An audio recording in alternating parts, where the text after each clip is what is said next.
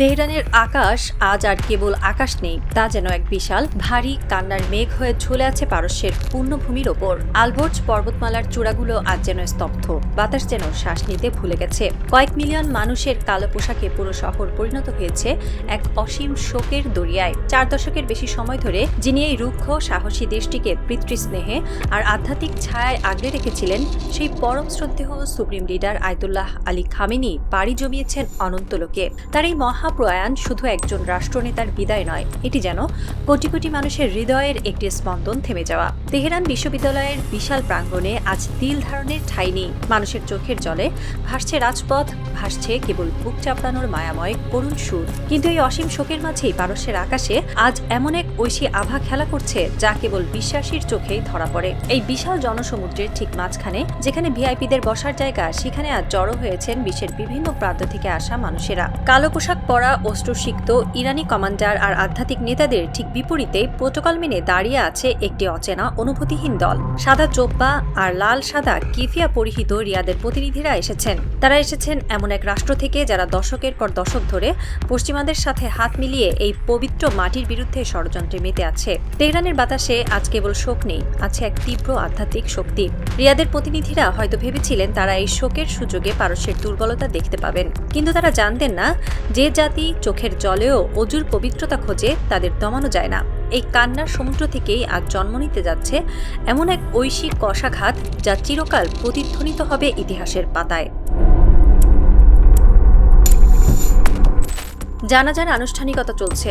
লক্ষ কোটি মানুষের ভিড় থাকা সত্ত্বেও পুরো প্রাঙ্গণ এক অপার্থিব মায়াময় নিস্তব্ধতায় ঢাকা। মনে হচ্ছে ফেরেশতারাও যেন ডানা গুটিয়ে নেমে এসেছেন এই শোকের মিছিলে। সাধারণত এমন আয়োজনে কোনো নির্দিষ্ট কারি মঞ্চে এসে দাঁড়ান, কিন্তু আজকের দৃশ্যপট সম্পূর্ণ ভিন্ন। মঞ্চে কোনো কারিকে দেখা গেল না, মাইক্রোফোনের সামনে কেউ দাঁড়িয়ে নেই, অথচ হঠাৎ করে চারপাশের বিশাল স্পিকারগুলো থেকে অথবা যেন আসমানের কোনো এক অজানা প্রান্ত থেকে ভেসে আসতে লাগলো কোরআনের তিলাওয়াতের এক ভারী মায়াবী এবং হৃদয়স্পর্শী দরাজ কণ্ঠস্বর। কেউ পড়ছে, কিন্তু তাকে দেখা যাচ্ছে না। এই অদৃশ্য কণ্ঠস্বর পুরো চত্বরকে যেন এক ঐশী নূরের আলোয় ডুবিয়ে দিল।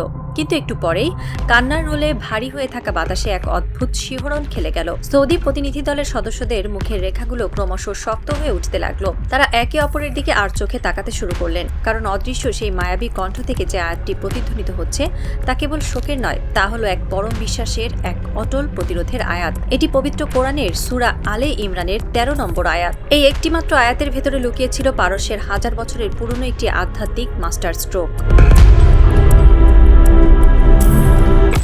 কি মায়া লুকিয়ে আছে এই আয়াতে? কেন এই ঐশী সুর শুনে রিয়াদ থেকে আসা অহংকারী প্রতিনিধিদের বুক কেঁপে উঠল? সহজ বাংলায় এই আয়াতের অনুবাদ হলো, নিশ্চয়ই তোমাদের জন্য নিদর্শন রয়েছে দুই দলের মধ্যে, যারা পরস্পর মুখোমুখি হয়েছিল।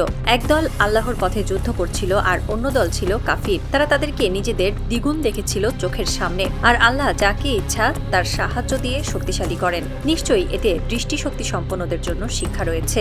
এই আয়াতটি নাজিল হয়েছিল বদরের প্রান্তরে, সেই ঐতিহাসিক প্রান্তর যেখানে 313 জন প্রায় নিরস্ত্র কিন্তু বিশ্বাসে বলিয়ান মুমিন যোদ্ধা মুখোমুখি হয়েছিল মক্কার সহস্রাধিক অহংকারী কাফির বাহিনীর। বাহ্যিক দৃষ্টিতে মনে হচ্ছিল সত্যের প্রদীপ বুঝি নিভেই যাবে, কিন্তু আল্লাহর সাহায্যে সেই ছোট দুর্বল দলটি বিশাল এবং দাম্ভিক কাফির বাহিনীকে শোচনীয়ভাবে পরাজিত করেছিল। আয়াতটির মূল শিক্ষা হলো, সংখ্যার আধিক্য, ডলারের পাহাড় বা অস্ত্রের ঝনঝনানি বিজয়ের মাপকাঠি নয়। আল্লাহর পথে থাকলে, বিশ্বাসে অবিচল থাকলে ছোট দলও বিশাল পরাশক্তিকে পরাজিত করতে পারে। এই শোকের প্রাঙ্গণে নেতার কফিনের সামনে দাঁড়িয়ে যখন এই আয়াতটি অদৃশ্য কোনো উৎস থেকে বাজানো হচ্ছিল, তখন তা যেন পারস্যের প্রতিটি মানুষের হৃদয়ে এক নতুন প্রাণশক্তি ফুঁকে দিল। এটি কোনো রাজনৈতিক চাল ছিল না, এটি ছিল স্রষ্টার প্রতি তাদের অগাধ বিশ্বাসের এক মায়াময় সমর্পণ। কূটনীতিতে বলা হয়, আপনি কি বলছেন তার চেয়ে বেশি গুরুত্বপূর্ণ হলো আপনি কখন, কোথায় এবং কার সামনে কথাটি বলছেন। আর কথাটি যদি এমন ওই শিশু সময় মোড়ানো হয়, তবে তার হৃদয়ের অনেক গভীরে আঘাত করে। ইরান এই আয়াতের মাধ্যমে সৌদি আরব এবং পশ্চিমাদের মিত্র দেশগুলোকে অত্যন্ত মায়াময় এবং নির্মমভাবে একটি বার্তা দিয়ে দিল।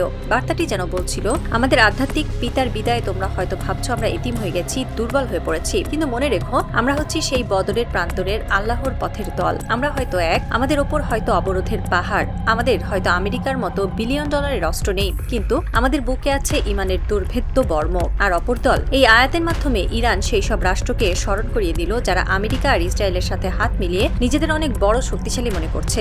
তোমাদের কাছে হয়তো হাজার হাজার অত্যাধুনিক যুদ্ধবিমান আছে, অফুরন্ত ডলার আছে, কিন্তু মনে রেখো বদরের প্রান্তরে বাতিল শক্তিরও অনেক দম্ভ ছিল, কিন্তু শেষ পর্যন্ত ঐশী সাহায্যেই হকেরই জয় হবে। এটি ছিল আক্ষরিক অর্থে আধ্যাত্মিক বিজয়। কোনো রাজনৈতিক নেতা মাইকে দাঁড়িয়ে গালি দিলেন না, কোনো মিসাইল ছোড়া হলো না, খোদ নিজেদের নেতার জানাজায় শোকের পবিত্র আবহে কেবল পবিত্র কোরআনের একটি আয়াত স্পিকারে বাজিয়ে দেওয়া হলো। কিন্তু এই আঘাতটা গিয়ে লাগলো ঠিক অহংকারের কেন্দ্রবিন্দুতে। অদৃশ্য কণ্ঠের এই তেলাওয়াত যখন আন্তর্জাতিক মহলে পৌঁছালো, তখন আরব বিশ্বের রাজপ্রাসাদগুলোতে এক অদ্ভুত অস্বস্তি নেমে এলো। সৌদি আরবের বিশ্লেষকরা একে উস্কানি বলতে চাইলেন, কিন্তু তারা তো সরাসরি কোরআনের আয়াতের বিরোধিতা করতে পারেন না। এখানে পারস্যের কূটনীতির আসল সৌন্দর্য। তারা একটি শব্দ নিজে থেকে বানায়নি, তারা কেবল স্রষ্টার বাণীকে সঠিক সময়ে বিশ্ববাসীর সামনে তুলে ধরেছেন। ইরান অত্যন্ত নিপুণভাবে, অত্যন্ত মায়াময় উপায়ে প্রমাণ করলো যে তাদের লড়াইটা কেবল মাটির নয়, তাদের লড়াইটা আদর্শের। তারা রিয়াদকে এমন এক অস্বস্তিতে ফেলে দিল যা হজম করা ছাড়া তাদের আর কোনো উপায় ছিল না। ইরানেই জানাজার মঞ্চকে ব্যবহার করলো তাদের অটুট ইমানের এক সুন্দর মহড়া হিসেবে। তারা প্রমাণ করলো খামেনি মারা গেলেও তাদের শেকড় উপড়ে ফেলা সম্ভব নয়।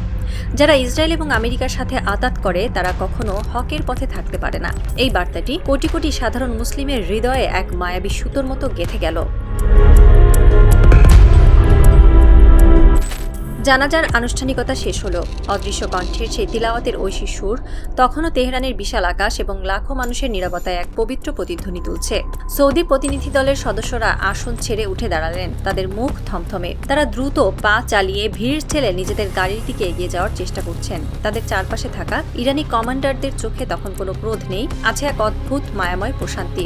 কোনো রক্তপাত হলো না, কিন্তু রিয়াদের প্রতিনিধিরা আজ এক বিশাল মনস্তাত্ত্বিক শূন্যতা নিয়ে তেহরানের পবিত্র মাটি ছাড়ছেন। বাইরে তখন তেহরানের আকাশ কিছুটা পরিষ্কার হতে শুরু করেছে। মেঘের আড়াল থেকে উকি দিচ্ছে নরম রোদ। রিয়াদগামী বিশেষ বিমানটি যখন রানওয়ে ছেড়ে আকাশে উড়ল, তখন হয়তো বিমানের ভিতরে বসা সৌদি শীর্ষ কূটনীতিকরা গভীর চিন্তায় মগ্ন। তারা বুঝতে পেরেছেন খামেনির মৃত্যু মানে ইরানের পতন নয়। যাদের ভাষা এত কাব্যিক, যাদের আদর্শিক ভিত্তি এত গভীর, যারা নিজেদের নেতার জানাজার প্রাঙ্গণকেও এক আধ্যাত্মিক শক্তির উৎসে পরিণত করতে পারে, তাদের কেবল ডলার বা ফাইটার জেট দিয়ে হারানো যায় না। বিশ্ব রাজনীতির এই দরাবাজিতে আজ ধর্ম, ইতিহাস, শোক আর ঈমান মিলেমিশে একাকার হয়ে গেছে। খামেনির পরের মধ্যপ্রাচ্য কি বদরের প্রান্তরের মতো নতুন কোনো ইতিহাসের সাক্ষী হতে চলেছে? তেহরানের ওই শোকের প্রাঙ্গণ হয়তো আপাতত শান্ত হয়েছে, কিন্তু সেখান থেকে যে নীরব ঐশী গর্জন শুরু হয়েছে তা খুব শিগগিরই পুরো বিশ্বের হৃদয়কে প্রকম্পিত করবে। অদৃশ্য ওই কণ্ঠস্বরটি যেন এখনো ফিসফিস করে বলে যাচ্ছে, হকের জয় অনিবার্য। চোখের জলের এই দরিয়া পার হয়ে পারস্য আজ নতুন এক ভোরের দিকে পা বাড়িয়েছে, যে ভোরের আলো নেভানোর সাধ্য পৃথিবীর কোনো পরাশক্তিরই নেই।